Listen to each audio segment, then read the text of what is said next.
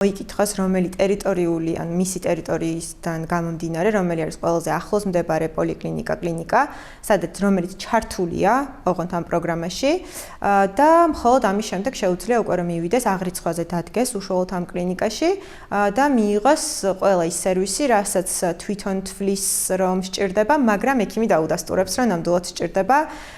პირველი ეტაპი მაინც ყველა შემთხვევაში არის ხოლმე ოჯახის ექიმთან გასაუბრება და შემდეგ უკვე ის განსაზღვრავს, რამდენად სჭირდება ამ პაციენტს დამატებითი კვლევები და შემდეგ უკვე გადაამისამართებს. ანუ პირველი ეტაპი არის კლინიკაში დარეგისტრირება და კლინიკაში მისვლა. განსხვავდება იმის მიხედვით, რა მომსახურებით სარგებლობა გვინდა ჩვენ. თუ კი ვინაიდან ჩვენ ახლა უფრო მეტად ვსაუბრობთ საყოველთაო ჯანდაცვას და არა კერძო დაზღვევაზე, რასაც გაცილებით უფრო მეტი ბენეფიტი მგონია რომ აქვს.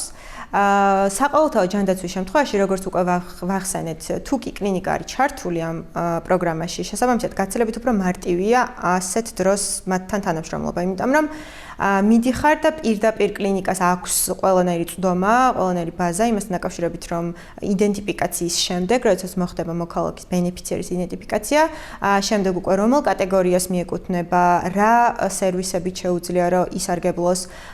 სრულად ფინანსდება თუ არა სახელმწიფოს მიერ მისთვის აუცილებელი სამედიცინო სერვისები, რაც არის საკმაოდ მრავლად, თუ თანაგადახდა უწევს, ესეთ შემთხვევაში უშუალოდ როდესაც კლინიკა არის ჩართული ამ პროგრამაში, გაცილებით უფრო მარტივია, იმიტომ რომ იქვე იღებ ამ ინფორმაციას, რომ რა პროცენტულობით გიწევს მაგალითად თანაგადახდა. სხვა შემთხვევაში არის, რა თქმა უნდა, ასევე ისეთი სერვისებიც, რომლებიც საყოველთაო ჯანდაცვით შეიძლება ისე პირდაპირ არ ფინანსდებოდეს, მაგრამ ჯანდაცვის სამინისტრო და ჯანმრთელობის ეროვნულ სააგენტოში განცხადების